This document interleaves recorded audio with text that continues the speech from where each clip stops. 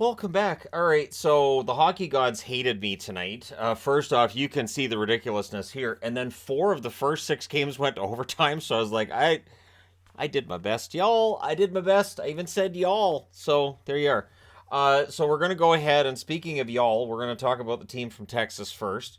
We're gonna start with Dallas and Buffalo, and Buffalo's hopes are really I mean, they're not dashed. It's too far out from the playoffs to say that, but this really feels like it. And I say that as a Dallas fan. This was an ugly one. It's Ottinger versus Comrie. Early power play for the Sabres. That's killed off. The shots are two apiece at 4 minutes. There isn't a goal in this game until 7 minutes and 6 seconds in, so there was no indication of what was to come. And it's Johnston from Hakanpää and Dadonov. Wired from the point, deflected in, no chance for Comrie there. Stars then press. They draw themselves a power play. It looked like Sagan took a skate cut to the leg. It didn't look bad, but it still. And it's one of two. There were two guys who looked like they got skate cuts to the leg tonight. So, ouch. Anyways, the power play was killed off. The shots are 10-4 for Dallas with 8 minutes left. Samuelson's denied. The Stars clear it out. We get a power play for Buffalo. That's killed off with 1:14 left. Dallas gets a power play, and this is where things start to get kind of crazy. On the power play, it's Pavelski. Nice to see him getting goals again. Robertson and Ben with the assists at 19:07, and then 17 seconds later on a face-off win, Ben ends up scoring on a one-timer. Heiskanen and Suter with the assists at 19:24. But 9 seconds left, Greenway tips, or 9 seconds later, I should say, Greenway tips one in at 19:35. It's 11 seconds later. Anyways, my math may be a little bit off with everything I tried to cover tonight. But Greenway gets his first as a Sabre tips it in. Skinner and Thompson with the assists. So after the first period, it's 3-1 for Dallas. Second period, the shots are 3-0 Dallas at 1.5 minutes, so there's no carryover of momentum for Buffalo off that goal. Johnston has a net feed. That's picked off. The shots just keep going in the wrong direction if you're a Buffalo fan. They were 9-1 Dallas at 8.5 minutes. Domi can't bury one in close, and then Kiviranta scores from Robertson and Harley at 8:37. Okposo would answer at 9:51 from Peterka. That was a good press, good answer. And then at 10:36, Dallas answers that. It's Suter from Marchman and Dellandrea. The shots are 14-2 Dallas with 6.5 minutes left. It just kept going in the wrong direction again if you're a Sabres fan. 1:52 left. Dallas gets a power play. That rolls over into the third. Those last 8 seconds killed off. Peterka with a near miss and close. And then at 3:49, Skinner scores from Thompson. So at this point, we're at 5-3, and I thought, well, this isn't over yet because, it's the NHL and leads get blown all the time. Sabres press at 8.5 minutes, and then puck goes the other way, and Dadonov scores from Ben and Hakanpää at 9:12, and then Foxa scores from Domi and Kiviranta at 9:41. And then at 11:38, Foxa scores from Marchman. You'll notice there's no notes because I just gave up. I was like, nah, I'm not going to end up needing multiple columns for this game. Hintz would then add one from Robertson and Pavelski at 12:15. This is where I started telling him to knock it off because these magnets have only got 7 at a time on my board, the main board I use for the goal magnets, and then I have to start fishing 4 extra magnets, and it's kind of a pain. Olofsson then scores to make it 9-4 from Peterka and Krebs at 12:31. So it's 16 seconds later, Buffalo answered. But then at 16:12, Marchment makes it an even 10. He gets that one from Heiskanen and Miller. So a lot of goals. Dallas holds on and wins this one 10-4. They go to 35-17-3. And this is a big win for Dallas, not going to lie. Dallas seems to be turning things around. Buffalo 32-28-4 with the loss. But again, more than just the fact this is just one game, but this loss feels huge for Buffalo.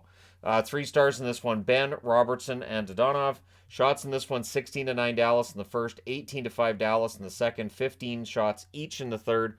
Final shots 49-29 for Dallas. Power plays, Dallas 1 for 3, Buffalo 0 for 2. The hits 30-26 for Dallas. Ottinger saves 25 out of 29. Comrie saves 39 out of 49. He's in for the entire 10 goals. So apologies to Ottinger on that one. All right, next up, the Islanders and the Penguins. So this was a fun back and forth game. So Sorokin versus Jari in this one. Good early jump for the Pens, but the Isles get the first power play and they score on it. It's Anders Lee from Horvat and Palmieri at 5:23. The Penguins then press at 6.5 minutes. They press again at 7.5. And you could see that desperate hockey from both teams in this game. Islanders blocking, keeping the Pens to the outside, and then Gensel ties things up from Pettersson and Crosby at 11:07. The shots on net are 8-6 for the Penguins with 6.5 minutes left. Power play for Pittsburgh. More shot blocks by the Islanders. They clear it out. Crosby has a point shot that's saved. That power play's killed off. Before the period's out, Jason Zucker puts them up by 1 from Malkin and Petrie at 18:24. So it's 2-1 Pittsburgh after 1. Second period. Shots are 3-0 for Pittsburgh at 2.5 minutes. So again, they get off to a good start, but they take a penalty. Too many men on the ice. So the Islanders get that power play. That was killed off. The Pens clear after. We then had a power play for the Penguins. That's killed off. And then just past the halfway mark of the game and the halfway mark of the second period at 10:49, Archibald scores from Dumoulin and Petrie. The Islanders considered challenging for a gloved puck because that would be a stoppage, right? But they didn't challenge it. So I think they might have had a case, but either way, they didn't challenge it. It's 3-1 Pittsburgh. Pens go back to the power play. That's killed off. They would press with 3.5 minutes left. And honestly, the Islanders were pinned down a lot in that second period. We go to the third. Early jump for the Islanders. Lee fires one wide. The Islanders press. Solid back check. The Penguins clear it out. Pressed by the Islanders draws them a power play. The Pens clear it. The Isles try to set up. They cycle late. That's killed off. The Islanders press after. The Penguins are blocking. They clear it out. Shots are 7-2 for the Islanders at 6.5 minutes. But again, it's still 3-1 for Pittsburgh at this point. Crosby nearly adds one. Sorokin holds there. Penguins press at 8 minutes. We get a power play for the Islanders. The Islanders call a timeout with 1:02 left in that power play. It's still killed off. But then at 14:31, it's Hudson Fasching. He scores from Sazika Sanaho. And then 6-on-5, the Islanders tie this. At 18:45, it is Lee from Dobson and Nelson. Tips at 5-hole and close. No chance on that one for Jari. We're going to overtime. Both teams with early chances in this one. And then on their second shot, the Islanders get the goal they needed. Nelson from Sorokin at 2:13 wires it on a breakaway. Brock Nelson just has Jari's number. So the Islanders with the big comeback victory. The bad news for all the teams chasing them, both teams get points. The Islanders 34-25-8 with a very important win. For Pittsburgh, 32-22-10 with the overtime loss. Your 3 stars in this one, Lee, Nelson, and Gensel. Shots on net, 13-7 Pittsburgh in the first, 11-6 Pittsburgh in the second, 13-10 Islanders in the third. Both teams had 2 shots in the overtime. The Islanders, the shot that matters. Final shots, 36-28 for Pittsburgh. Power plays, the Islanders 1 for 4. Pittsburgh 0 for 3. The hits, 40-35 for Pittsburgh. Sorokin saves 33 out of 36, and Jari saves 24 out of 28. So overall, very entertaining game. Next up, Rangers in Montreal. Montreal has done a good job of almost spoiling things. They almost spoiled it against Carolina.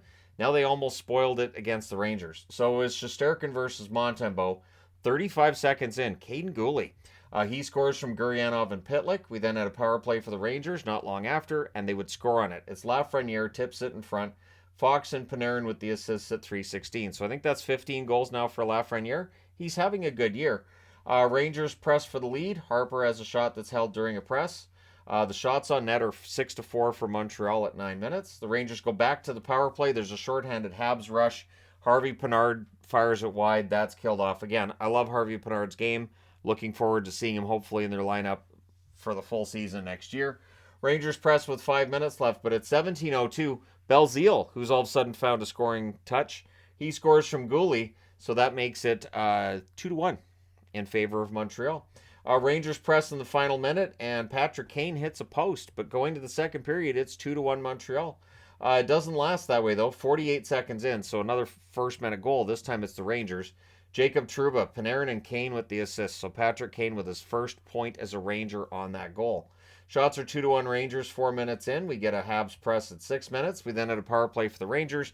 That leads to a shorthanded goal. It's Josh Anderson from Tierney at 13:20, and it was Patrick Kane that committed the turnover that led to that shorthanded goal. So how do you make up for it if you're Kane? You get your first goal as a Ranger. He scores at 14:31 from Trouba and Panarin. So that gives the Rangers the tie, 3-3 at that point. Delay a game call. The Rangers go back to the power play. We then had 40 seconds of 4-on-4. Habs power play. Everything's killed off through that. Matheson has a shot that's saved. We're going to the third, tied at 3. Early press by the Rangers. Kreider gets shaken up throwing a hit, which is odd. Usually it's taking the hit, but in this case it was throwing it. Pitlick has a net drive that's held. The Habs press at 5 minutes. With 8 minutes left, the shots are only 3-2 for the Habs. It felt like this game just kind of slowed down in the third. We get a power play for Montreal. That's killed off. We're going to overtime. In the overtime, post for Anderson on a fast break. 1:27 left. The Habs get a power play.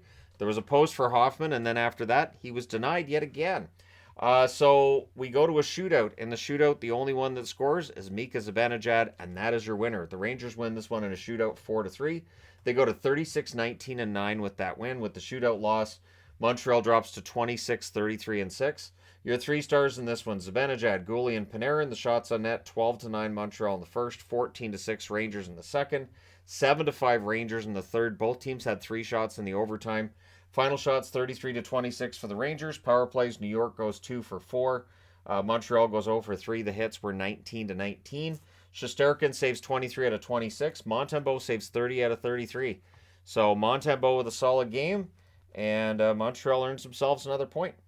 Next up, last one on this board is New Jersey and the Washington Capitals. So it's Schmid versus Kemper in this one. The Devils had an early 3-on-1, and they fired high on that rush. They did not get that shot on net. The shots on net are 2-0 Devils at 3.5 minutes. They did play better for large portions of this game, I thought. Power play for the Devils, that's killed off. 8 minutes in, the shots are now 6-1 in favor of New Jersey. Caps press at 9.5 minutes. Marino then has a shot that's blocked. Sandin clears it out. Boquist has a slot shot that's saved and held, and with 10 seconds left in the period, Trevor Van Riemsdyk opens the scoring. It's 1-0 Washington after one, even though I thought New Jersey outplayed them. Second period. Early power play for the Devils, that's killed off. There were no shots on net 3 minutes in, meaning they had no shots on the power play. Devils go back to the power play. They definitely get a shot on this one because they score. It's Howla from Mercer and Severson at 6:55. And then less than a minute later at 7:32, Dawson Mercer starts another goal-scoring streak. Hischier and Tatar with the assists. It's suddenly 2-1 in favor of New Jersey. But don't worry about it, because at 9:50, the Capitals answer. It's Dylan Strome from Oshie and Van Riemsdyk. So Van Riemsdyk with a goal and an assist. It's 2-2. Tatar's then denied on a rush. There's a press by the Devils with 7.5 minutes left. Kemper denies Hischier, covers the puck there. Kemper had a really, really good game. We get a power play for the Caps. That's killed off. It's 2-2 going to the third. Shots are 4-1 Devils, 3.5 minutes in. Strome couldn't bury one in close. He was going for another goal. He already had one in the second period.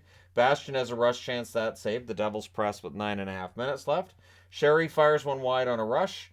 The shots were 9-4 for the Devils with 5 minutes left. And the Capitals had no shots in those final 5 minutes, so Kemper nurses this one to overtime. In the overtime, the Devils controlled early. Teams trade rushes. Van Riemsdyk's denied on a 2-on-1. Hughes fires wide on a rush opportunity he had. With 45.8 seconds left, the Caps get a power play. They call a timeout. Whatever they discuss, doesn't matter. We go to a shootout.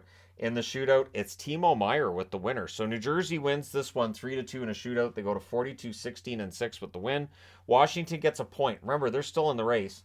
They're 31-28-7. But the odds of them catching either Pittsburgh or the Islanders, at this point, it looks kind of remote. So your three stars in this one are Kemper, Van Riemsdyk, and Mercer. Shots on net, 9-7 New Jersey in the first, 16-7 New Jersey in the second, 14-4 New Jersey in the third, and then 4-1 Washington in the overtime. Final shots, 40-22 for New Jersey. Power plays, New Jersey 1 for 3, Washington 0 for 2. The hits, 18-12 for Washington. Schmid saves 20 out of 22. Kemper saves 38 out of 40. So really good night for Kemper. Just didn't get the goal support necessary in order to win the game, and now I need to change boards. So, while we had a lot of goals and a lot of games tonight, Philly and Carolina did not have that. This was Sandstrom versus Kochetkov. Early Canes power play, and they score on it. It is Svechnikov from Natchez and Burns. That's it. Let's move on to the next one. Kidding. So the shots are 2-1 for the Canes at 6.5 minutes. It wasn't the most exciting game. I'm not going to pretend it was, but maybe they've been watching Minnesota and said, hey, we can play that way too. So the Flyers, their play picks up. So does the hitting at that stage of the game. The hitting doesn't stay that way. Canes go back to the power play. Good cycle late, but is killed off. 2 shots for Carolina there. Kotkaniemi fires one wide on a rush. 3:59 left. The Canes go back to the power play. Svechnikov's denied and close. That's killed off. Just the one shot. That's it. So second period. 1-0 Carolina entering the second. Early jump for the Canes. Svechnikov gets hurt and exits, and this is your second skate cut of the night. Again, I don't know whether or not it was... neither of them looked bad. We know the ones that look bad. Neither of them looked particularly awful. It's hard to tell with that kind of thing, though, because it doesn't take much. Skate blades are pretty sharp. And I'm really understating it by saying that. So the shots are 8-3 for the Canes at 8 minutes. Hayes is denied on a net drive. The Canes press with 6.5 minutes left. Really solid defense by both teams at this stage of the game. Bellows has a turnover chance that saved. Kochetkov was sharp. He was not busy, though, at this point in the game. The Flyers, in the last minute, they had a 2-on-1 that was defended. Doesn't get to the net. So it's still 1-0 going to the third. The shots are 3-0 for the Canes at 1.5 minutes. The fans call one, the ref doesn't. The Canes aren't giving the Flyers very much at all. Fast is denied and close. The Canes press at 9.5 minutes. Gostisbehere has a shot that's held. We get a power play for the Flyers. Kochetkov clears to end that kill. Power play for the Canes. That's killed off. Aho was denied on what was the best chance during that power play. There was just the 2 shots. Tippett has a rush chance that's held and saved. And so Philly pulls the goaltender with 2:10 left. They are unable to tie it. Carolina doesn't hit the empty net either. Your final score is 1-0 for Carolina. They go to 43-12-8 with the win. Philadelphia 24-30-11 with the loss. The 3 stars in this one, Svechnikov, Kochetkov, and Burns.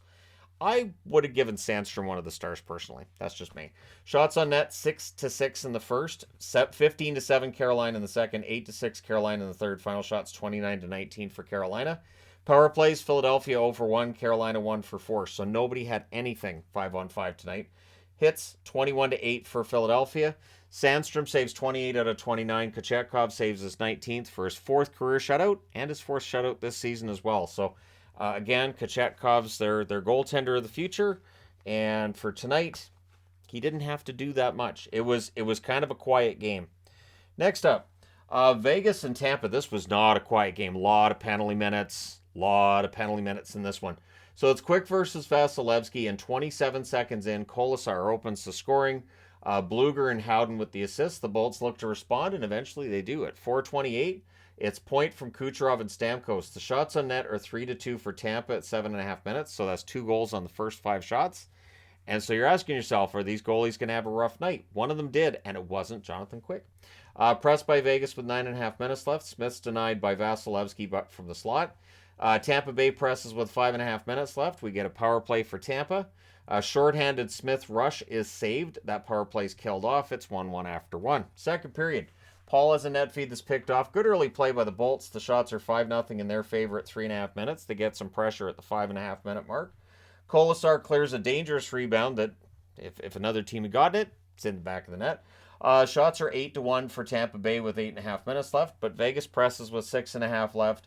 We had a fight between McNabb and Jeannot. The Bolts come out of that with the power play.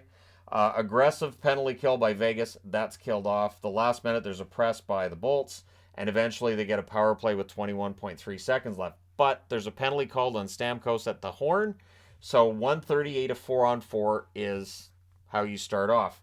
Then Stamkos gets denied. And then at 2:27, because we're in the midst of this time where there's a lot of penalties, there's a shorthanded goal. And it's buried on a fast break. It's Carlson from Pietrangelo at 2:27. I think they said that was the 8th shorthanded goal for Vegas this year. Maybe the 6th.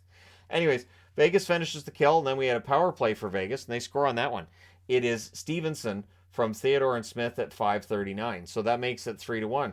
Kucherov then has a slot shot that's held. The Bolts press at 9.5 minutes. We had a dog pile with 7:44 left. This is when everybody's punching everybody, and the referee just decides, fine, if you're on the ice, you're out of the game. I'm just done with this. So you're left with 2 benches that have a lot of space for guys to lay down, read the newspaper and all that. We used to read newspapers back in the day. They were printed on paper, and it would tell you what happened yesterday, and we used to appreciate it. So Vegas comes out of that with a power play. I have no idea. The funny thing is the app said Tampa power play Vegas, Tampa Vegas. I don't think they knew what was going on either. So that was killed off. Tampa presses after. They'd pull the goaltender with 2:45 left, and they would score 6-on-5. It's Kucherov from Sergachev and point at 17:53. The Bolts then get a power play, and they score on that. It's Braden Point from Kucherov and Sergachev at 19:32. We're going to overtime because almost everything that was an early game went to overtime. I was terrified the Flyers were going to tie this and force overtime. I wasn't worried about Buffalo forcing an overtime. I didn't think Dallas could allow 6 goals in the final 2 minutes, although that might be seen as a challenge. So we go to overtime. Vegas controls early. Smith has a net drive that's held. There's a near miss for Kucherov in close.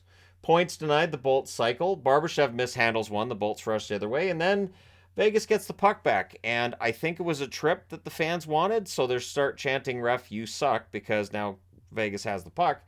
And Martinez gets the goal from Eichel at 3:06 while the fans are telling the referee that he sucks.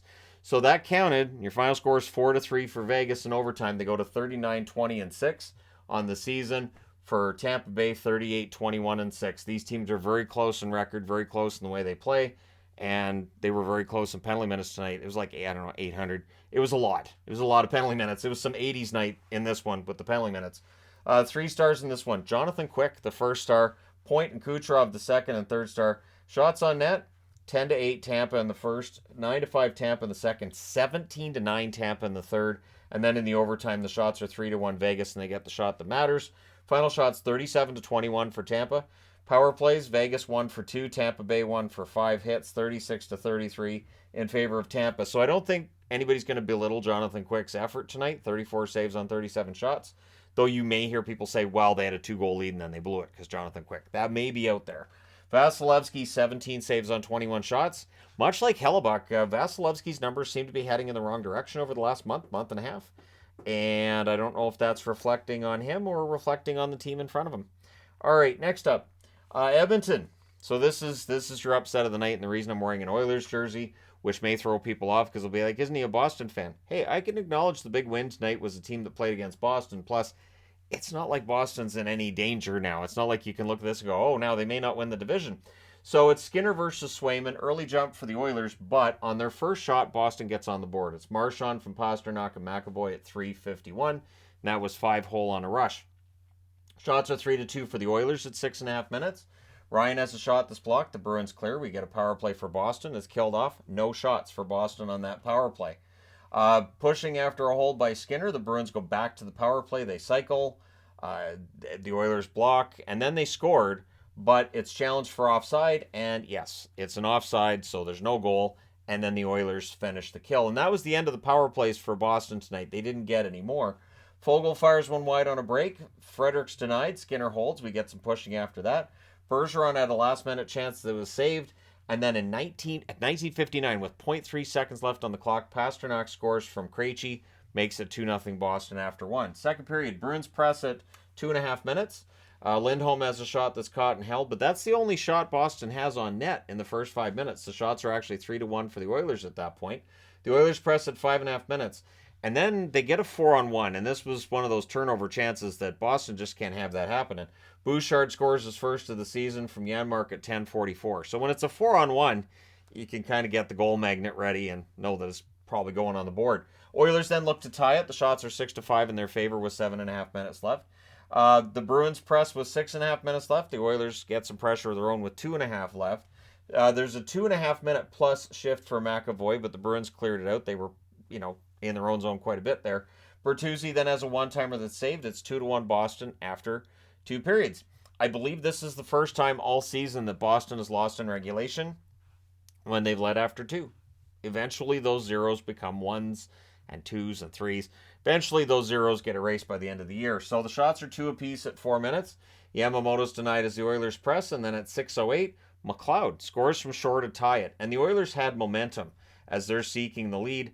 I think you could tell this game was more important to Edmonton than Boston. The effort just seemed to be higher on their side of the ice. Power play for the Oilers, that's killed off. The shots are 7-4 for the Oilers with 7 minutes left.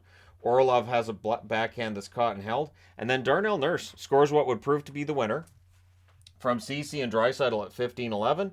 And you could hear the gasp in the building. Like they were just, what? What's happening? So, Bruins press to respond. 1:51 left. They pull the goaltender.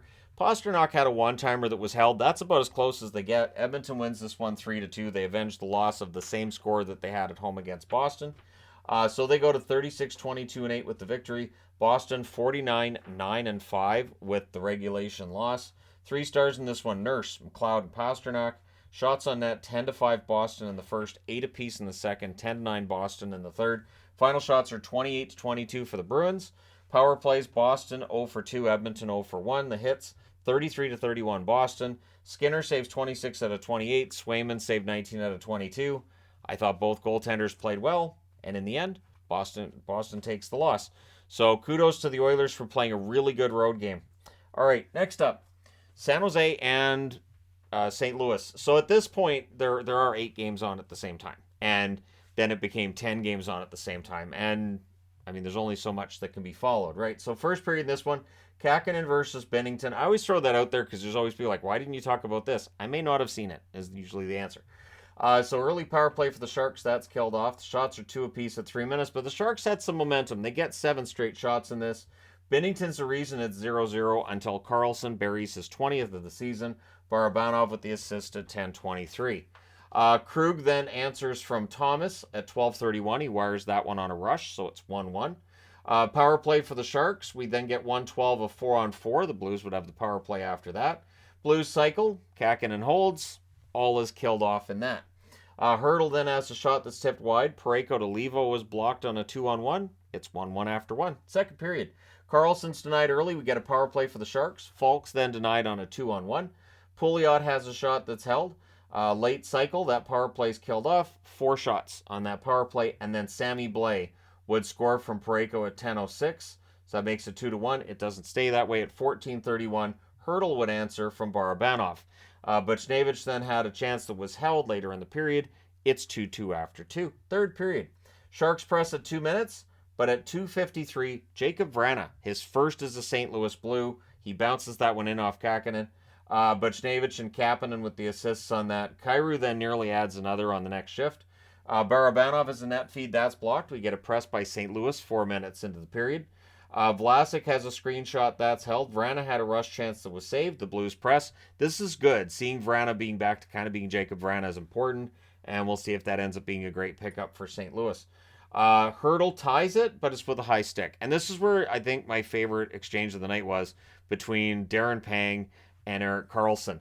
And my favorite moment was when Darren Pang just tells him, hey, you're having a great season. I just thought it was such a genuine moment, and that's why I like Panger. You get genuine moments in every game. Just seems like a nice guy. So when he talks to the players on the bench, I don't see the eye rolls with them you might see with others. They genuinely seem to enjoy talking to him. And why not? I'd enjoy talking to him myself. I don't go to St. Louis. And to my knowledge, he doesn't come to Vancouver very often to call games either. So there's a near miss for Parayko from the slot. Sod's denied on a 2-on-1. We get a power play for the Blues, and they score on it. It's Thomas from Sod and Buchnevich at 15:02. With 2:54 left, the Blues get a power play. So that means you've got 2 minutes, and then after the power play, there's only 54 seconds left. Well, that was killed off with no shots on net. But again, it helps them finish the game out. They win 4-2. St. Louis goes to 28-31-5 on the season. For San Jose, they're 19-35-12 with the loss. Your 3 stars, Thomas, Binnington, and Krug. Shots on net, 15-9 San Jose in the first, 11-9 San Jose in the second, and then in the third, 12-8 for St. Louis. Final shots, 34-30 for San Jose. Power plays, the Sharks 0-4, the Blues 1-4. They hit 17-12 for St. Louis. Kakkonen saves 26 out of 30, and Binnington saves 32 out of 34. Pretty entertaining, and now I need to change boards. All right, welcome to the board that has all the surprises on it. Well, not all of them, but there were some surprises tonight. And if you cheered for a home team, I think out of 11 results, I think 4 of the winners were home teams, I think. It's 3 or 4. So another night where it's good to cheer for road teams. So the LA Kings and the Colorado Avalanche. The Kings are legit right now. So Korpisalo versus Georgiev. Anybody who had any doubts about Korpisalo, I would think results like tonight's should allay those fears that, oh, he's coming from Columbus, what are we getting? So power play for the Kings, that's killed off, no shots. The Kings would press at 6 minutes. Kempe hits the outside of the net. McKinnon has a chance it's held as they press, and Kempe on the first shot of the game for LA scores at 8:37 from Kopitar and Byfield. Quentin Byfield again playing really well right now. He's not scoring at the rate that people might look at and say, oh, look, he's succeeding. But trust me, Byfield's playing well on that first line. Shots are 4-2 for the Avs with 9 minutes left. That doesn't matter. Gabe Vilardi adds one from Kopitar at 17 minutes and 10 seconds. So even though they're being outshot, they're up 2-0. I think that's his 22nd of the year. So there you go, Vilardi. Then we get a power play for the Kings. That would end up being killed off, but it's 2-0 for LA after 1. Second period, Iafallo has a rush chance that's saved. We get another power play for LA. Byfield has a shot that's saved. That was killed off. Iafallo's then denied as the Kings press. The shots are 10-6 LA at 9:30, which is the same shot total that it was in the first period, just the other way around. It was Colorado outshot them. So a lot of shots in that second period early. The Avs press at the half, but they're kept to the outside. Fiala gets shaken up. He needed some help going off the ice. Power play for the Avs. The Kings don't let them set up. That's killed off. I get the feeling tomorrow when we talk about a lot of injuries. I just get that feeling. Avs press after it ends, and then at 14:59, it's Rodriguez. He scores from Girard and Newhook. That was tipped in. So that makes it 2-1 now in favor of the LA Kings. McKinnon fires one wide on a break. The momentum that was picked up from that goal was ridiculous. And with 2:16 left, the Avs go back to the power play. But the Kings killed that off. Big, important kill there. And then the Kings tried, could not hit a buzzer beater before the period's out. So after 2 periods, it's 2-1 in favor of LA. And you know the third period's really important. So did LA, because they score 24 seconds in. It's Kempe from Gavrikov and Kopitar. So Gavrikov getting another point there. There's a press by the Avs at 2.5 minutes. Again, they're kept to the outside. Power play for the Avs. The Kings don't let them set up until late, and late they score. It's McKinnon on the power play from PHI-CAR and Rantanen at 4:24. So that makes it 3-2. It does not stay that way. At 4:39, Danault on a nice play at the net. He scores from Spence and Fiala. That's the first point this year for Spence. The Avs press to respond. McKinnon has a net drive. That's held. There's a power play for the Kings. That's killed off. The goaltender would get pulled with 4 minutes left because they're down by 2. And at 17:35, Danault gets the second of the game into the empty net from Moore, who made a return from injury tonight and looked pretty good. So your final score is 5-2 for the LA Kings. They go to 38-20-8 with the win. They keep pace with the Vegas Golden Knights. For Colorado, they're 35-22-6 with the loss. The shots in this one, 10-6 Colorado in the first, 15-9 LA in the second, 11-10 Colorado in the third. Final shots, 31-30 for the Kings. Power plays, the Kings 0 for 4. Colorado 1 for 3. The hits, 24-19 for LA. Korpisalo, 28 saves on 30 shots. Georgiev, 26 saves on 30 shots. I don't think I said the 3 stars. Kopitar, Kempe, and Danault. Maybe I did. I said them twice. It's all fine. It's all good. It's all fine. It's all dandy. How are you? All right, next up. Nashville in against the Arizona Coyotes. Saros versus Prosvetov. I seem to remember Prosvetov coming out of nowhere and having a really good game prior, and he kind of does it again here. Nashville, though, the announcers, I'm watching the Arizona feed, and the announcers for Arizona even saying, you would not know watching this game that Nashville has anything to play for. That it just didn't feel like that sense of urgency was there, and I wrote that on the board at one point. We'll talk about it. So there's an early power play for Nashville. That's killed off. The Preds then get a power play. That's unsuccessful. And at 8:45, Arizona opens the scoring. It's Brett Ritchie from Mosier and Fisher. Coyotes get another power play. That's killed off. It's 1-0 Arizona after 1. Second period, Glass has a net drive chance. That's held. We get a power play for Nashville. It's killed off. Shots are 3-2 for Nashville, 5 minutes in. Pressed by the Coyotes at 5.5 minutes. Keller has a shot that's saved by the mask of Saros. Hey, the mask is still part of the goalie's equipment, right? Coyotes press at 7 minutes. Evangelista has a chance that's held. I've been impressed with Evangelista, even if I'm not impressed with the Preds right now. Coyotes press again at 9 minutes. The shots are 10-5 Arizona with 8.5 minutes left. Again, Nashville has a wide open door here to push their way really into that playoff picture, and whether it's they don't have the manpower for it now or they just don't have the confidence or whatever it is, it just wasn't there. Valimaki has a shot that's blocked. We then had a fight between McCarron and O'Brien. Sherwood was absolutely robbed on a rush. I still don't know how Prosvetov kept that out of the net. Coyotes with some late turnovers. McBain was then denied in the final minute. 23 seconds left. The Preds get a power play. That rolls over into the third period where the Coyotes finish the kill. Boyd then has a blast that's held, and this is where that lack of urgency from Nashville's really showing up. Now, they would make up for it. They would get some shots. They get some chances. But again, they're already down 1-0 here. So we get a power play for Nashville. Duchesne's blast deflects out. That's killed off. The Coyotes get a power play. That lasts 5 seconds. And it becomes a 4-on-4 because of Boyd taking a penalty right off that faceoff. Keller's denied on the rush. There's another power play for the Coyotes, and they score on it. It's Barrett Hayden, who's playing really well right now. He's playing with Keller and with Schmaltz, and he fits in. And I think it's the speed. I think it's the youthfulness. And I think he's a good learner. I think he's learning now. Boyd with the secondary assist at 11:41, and Hayden just buries a rebound there. And then at 12:30, so less than a minute later, it's McBain from Krause and Michelli. I have to say, there are a lot of guys in Arizona that I watch, and I'm like, impressive player. I know Arizona's record, and I know the expectation. I think with the right additions in the offseason, they're going to get better. Not playoffs better, but I do think they'll get better next season. So the goalie pull happens with 5 minutes left because now they're down by 3. and Glass would get them on the board. He scores from Evangelista and Novak at 18 minutes. So they pull the goaltender again. Now they're only down by 2. Schmaltz takes that hope away from them. He gets the empty netter from Nemeth and Keller at 19:23. So Arizona wins this one 4-1. They go to 23-32-10 with the win. Nashville 31-24-7 with the loss. And it hurts, you know. Winnipeg has left that door wide open, and Nashville can't seemingly walk through it. 3 stars are Prosvetov, Ritchie, and Hayden. Shots on net 18-9, Arizona in the first, 14-13 Nashville in the second, and then 17-12 Nashville in the third. Final shots are 43-40 for Arizona.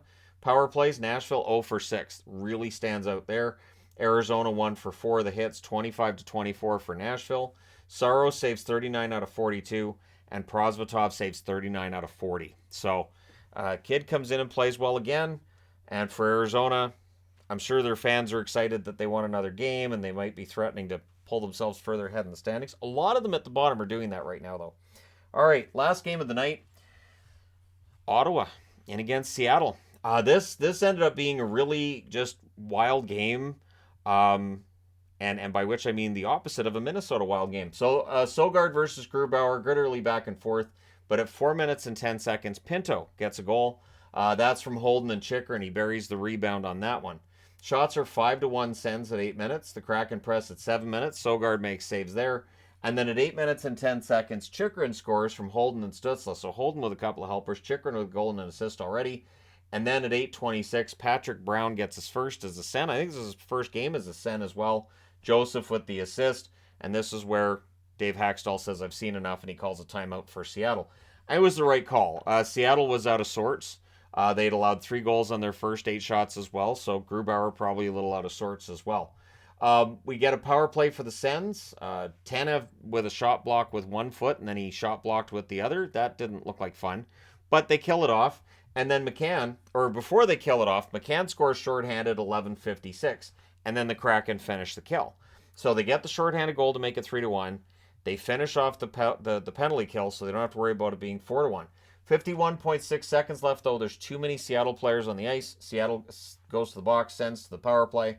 That rolls over into the second. The Kraken finish the kill. 5 shots for the Ottawa power play. Very dangerous. Eberle then has a net drive that's defended. And then Schwartz scores from Dunn and Bjorkstrand at 2:11. He tips that one in. But what's really, really entertaining with this, is, for lack of a better way of putting it, is Matthew Joseph commits the turnover that leads to that goal by Schwartz. And you can loudly hear him saying, F me. Loudly. You can hear it clear as day. They showed the replay twice, and both times you clearly hear that at the start of the replay. So I will admit I got a good chuckle out of that, because I was like, that's... And then Gord Miller saying Matthew Joseph wasn't happy on the play. Yeah, we heard him. We heard what he said. That doesn't mean, am I ever happy I turned that over? It means me. And we've all been there. We've all been there where you turn it over and you go, it happens, right? So, yeah, and I like those moments of humanity from hockey players. Then we get a power play for Seattle. That's killed off. The Sens go to a power play after that. That was killed off as well. And then McCann gets his 32nd of the season. He may hit 40. Sprong with the assist at 8:11, and that was as the power play came to an end. Sprong gets out of the box and gets that rush going, and McCann ends up finishing it off. We get a power play for the Sens. That's killed off. 1 shot. So the Sens power play started out dangerous, and then it got exceedingly less dangerous each time out. Sens press with 5 minutes left. Geeky's denied twice on the same rush chances. Post for Batherson on a rebound. We get 2 minutes of 4-on-4. This is where the referee is told that he sucks. The referee was told that he sucks a lot in games tonight. DeBrincat fires one high on a rush, and I'd like to congratulate Seattle on how quickly they've picked up the ref you suck chant. So, after 2 periods, the score's 3-3. So, Ottawa's frittered away that 3-0 lead they had 8.5 minutes into the first period. In the third, Hamonic and McCann were unfriendly. And they looked like, you know, those Rock'em Sock'em robots? That's what they looked like hitting each other. Neither of them went to the box. And I thought, okay, all right, that's interesting that doesn't count as a penalty. But that's fine. All right, that's the standard. Okay. They didn't drop the gloves. So that's the thing, too. There were glove punches. But still, it was just McCann kind of snapped because he kept getting the glove from Hamonic. He's just like, I've had enough. So 3:23 in, Seattle goes ahead. They get their first lead of the game. It's done from Gord. Under the bar, far corner. And it's like Giroux watched that and went, I can top it. He kind of goes under the bar, far corner, but it's kind of behind him. So he scores from Stützle to tie it again at 4:01. So less than a minute later, it's tied again. And it's as they're announcing the goal, and you could just hear the crowd just stops cheering. Just it's and gone. And done. Beniers then has a blast that's held. The shots are 6-2 for Seattle, 9.5 minutes in. Post and out for Bjorkstrand. Kraken press with 8.5 minutes left, but it's 17:37. DeBrincat scores from Sanderson and Giroux. But what it showed on the replay was it goes off Borgen's stick, and it's really an own goal by Borgen that he kind of directs it into his own net, goes 5-hole on his own goaltender. So I feel bad for Grubauer there because he had really made up for what was a tough start for him. And then that goal by DeBrincat, which Borgen puts in the net, just undoes a lot of it. Sens ice it with 1:36 left. That allows the goalie pull and the timeout. Sens would call a timeout in the final minute as well. And then Hamonic, to celebrate the victory, gets all kind of punchy at the horn. So the Sens win this one 5-4. Now they go to Vancouver, then Calgary. Those are back-to-back Saturday and Sunday. Ottawa 33-27-4, and they have 70 points. They're right in the hunt now, along with Florida, and we're starting to see teams kind of falling out. It feels like Buffalo's falling out of this hunt. So Seattle 37-22-6. They watched LA win, they watched Edmonton win, and they watched Vegas win. So for a weak division, that's what everybody says about the Pacific. It had a pretty good night. Seattle takes the loss, though. 3 stars in this one are Chychrun, DeBrincat, and McCann. I think Jacob Chychrun has impressed in his time in Ottawa so far. Shots on net, 16-8 Ottawa in the first, 13-8 Seattle in the second, 12-7 Seattle in the third. Final shots, 33-31 for the Kraken. Power plays, Ottawa 0-4, Seattle 0-1. Hits, 25-11 Seattle. Sogard, 29 saves on 33 shots. He was good when he had to be. Grubauer, 26 saves on 31 shots. And like I said, the one that's technically the game winner there for DeBrincat, that's a tough one. But it happens. There were some bad bounces on goals that went in against Ottawa as well. So let me know your thoughts in the comment section below as always. Don't forget to hit like and subscribe if you're browsing your way through, you just happened upon this video. Thank you so much for watching, for all your support. I will talk to you again soon.